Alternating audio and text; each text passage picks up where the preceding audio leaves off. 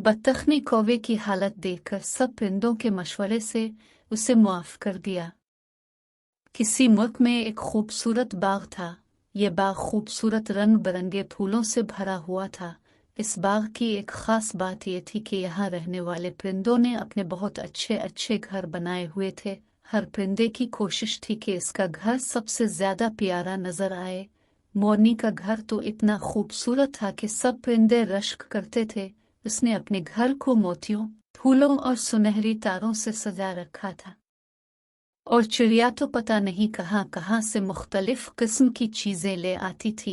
इसका घर भी देखने के लायक था। तोते के घर हर हफ्ते पार्टी होती थी। सब परिंदे वहां जमा होकर खूब हल्ला गल्ला करते। सब परिंदे आपस में दोस्त थे। और बत्तख रानी की तो क्या ही बात थी। जैसी वो बर्फ की तरह सफेद थी, इसी तरह इसका घर था। इसके घर में हर चीज सफेद थी।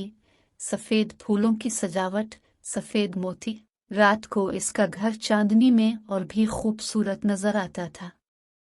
बत्तख रानी की आदत भी बहुत अच्छी थी। सब परिंदे इसको बहुत पसंद करते थे। किसी परिंदे को कोई मसला होता तो बत्तख रानी इसका मसला हल करने की कोशिश करती। इस बाग में सिर्फ कौवा एक ऐसा परिंदा था जिसे कोई पसंद नहीं करता था। इसकी आदत ही ऐसी थी। हर कोई इसको समझाता कि तुम भी अपना घर बनाओ, लेकिन कौवा इतना लापरवाह था कि उसने अपना घर नहीं बनाया था। आदेर अलिफाड़ता फिरता रहता था। जब कभी आवारागर्दी से अलिफाकता जाता, आंधी और बारिश होती तो किसी न किसी परिंदे के घर का दरवाजा खटखटाता कि प्लीज मुझे अंदर आने दो। एक दिन मौसम बहुत खराब था। तेज हवा चल रही थी, बारिश भी हो रही थी। सब परिंदे अपने अपने घरों में सुकून से थे। अचानक बत्तख रानी के घर का दरवाजा किसी ने जोर से खटखटाया। बत्तख समझ तो गई कि कौन होगा, लेकिन फिर भी पूछा कि कौन है। प्लीज मुझे अंदर आने दो।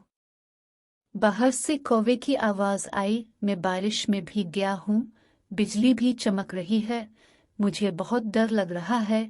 बारिश रुकते ही चला जाऊंगा, लेकिन मेरे घर में बहुत सामान है, बिल्कुल जगह नहीं है। तुम किसी और परिंदे के घर चले जाओ, बत्तख ने कहा। सबने इनकार कर दिया है। प्यारी बत्तख, तो मुझे अंदर आने दो, कौवे ने मिन्नत की। असल में कौवा जिस घर में भी जाता वहां कोई ना कोई चीज खराब कर देता था, इसलिए सब इससे बचते थे। इसीलिए अब वो बत्तख की मिन्नतें कर रहा था। इसे पता था कि बत्तख बहुत रहमदिल है। अच्छा आ जाओ, बत्तख ने दरवाजा खोलते हुए कहा। लेकिन मेरी कोई चीज खराब न करना। मेरे ड्राइंग रूम के कालीन पर सो जाओ और डाइनिंग टेबल पर रखी चीजों को हाथ न लगाना। इस पर मैंने खाने का सामान रखा है, क्योंकि कल मेरी सालगिरह है, सब परिंदे आएंगे। तुम फिक्र ना करो प्यारी बत्तख, कौवे ने कहा। मैं किसी चीज को हाथ नहीं लगाऊंगा। अच्छा ठीक है, शब बखैर, अब सो जाओ, बत्तख ने कहा और अपने सोने के कमरे में चली गई। सुबह जब बत्तख की आंख खुली तो वो बहुत खुश थी।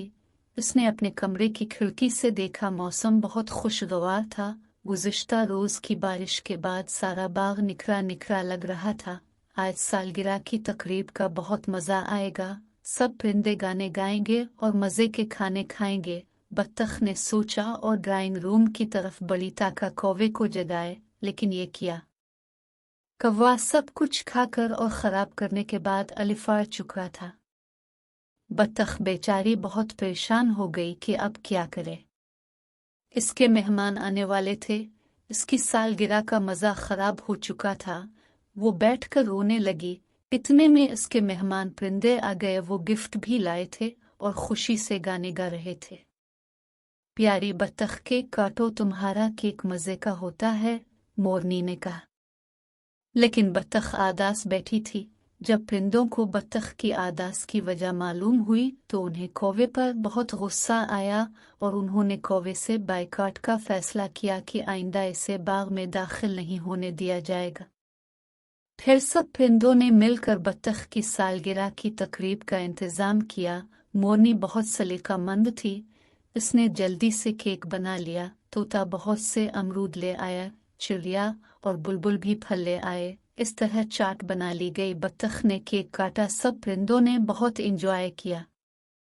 کھانے کے بعد میوزیکل پروگرام ہو رہا تھا کہ دروازے پر دستک ہوئی۔ مور نے جا کر دروازہ کھولا تو کوا زخمی حالت میں کھڑا تھا، اس کے پر ٹوٹ چکے تھے، وہ رو رہا تھا، بطخ سے معافی مانگنا چاہتا تھا۔ اس نے بتایا کہ جب وہ بطخ کی چیزیں کھا کر آڑا تو اس پر ایک عقاب نے حملہ کر دیا، وہ مقابلہ نہیں کر سکا اور نیچے گر گیا جہاں ایک بلی نے پر نوچ لیے۔ بہت مشکل سے جان بچا کر یہاں تک پہنچا۔ سچ ہے، برائی کا بدلہ ضرور ملتا ہے۔ بطخ نے کوے کی حالت دیکھ کر سب پرندوں کے مشورے سے اسے معاف کر دیا۔